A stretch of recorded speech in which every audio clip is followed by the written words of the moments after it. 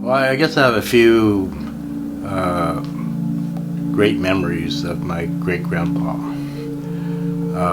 Not a lot of memories because he passed away when I was a kid, right? But I do remember at least one time he visited us in Oakland.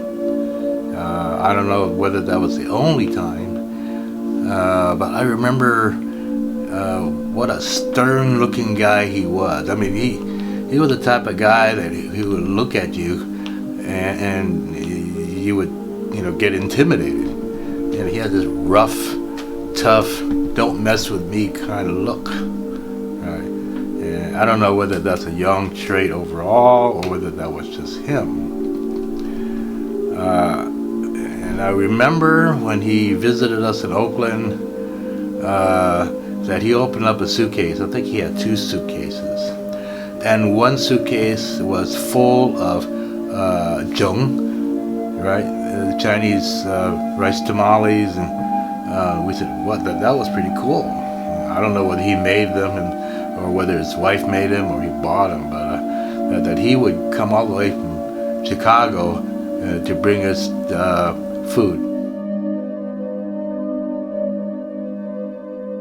He was a big shot in Chinatown with the Yong Association. He ran a couple of gambling halls. My father and Uncle Henry told me many times that he was really close friends with Al Capone, even before Capone sort of made it big, right? And of course, they always called him Al Capone. Everyone in Chinatown said Capone, not Capone, right? And Chinatown and Little Italy were right next to each other, and had a overall pretty good relationship, because they had a pact not to mess around with each other's territory.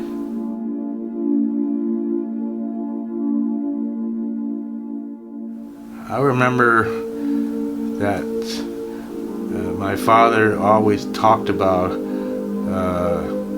his grandfather in very reverential terms.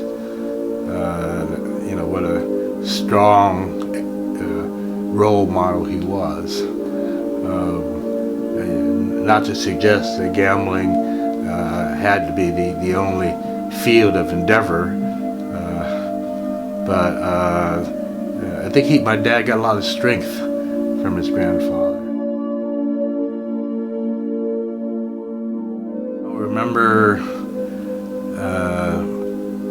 for his funeral, he passed in 1955, and I remember that my brother and I had to stay with my aunt while my father and mother and my baby sister Cindy took the train to Chicago. My sister was 2 or 3 at the time. She still has memories of that train ride. Right? I just learned during this reception, when Uncle Henry was showing us where the mortuary was that oversaw my great-grandfather's funeral, my Uncle Henry said, "Well, that wake for great-grandpa lasted 9 days. Usually a wake lasts a day or 2 before the funeral. But the reason it extended to 9 days is that they had to wait for my father and mother to arrive by train, from Oakland." Uncle Henry also has told us many times what a famous funeral that was. Something like 90 or 100 limousines going all over Chinatown. I've heard Uncle Henry tell that many times, and the number gets a little bigger every time he tells it. I think it's up to 110 now.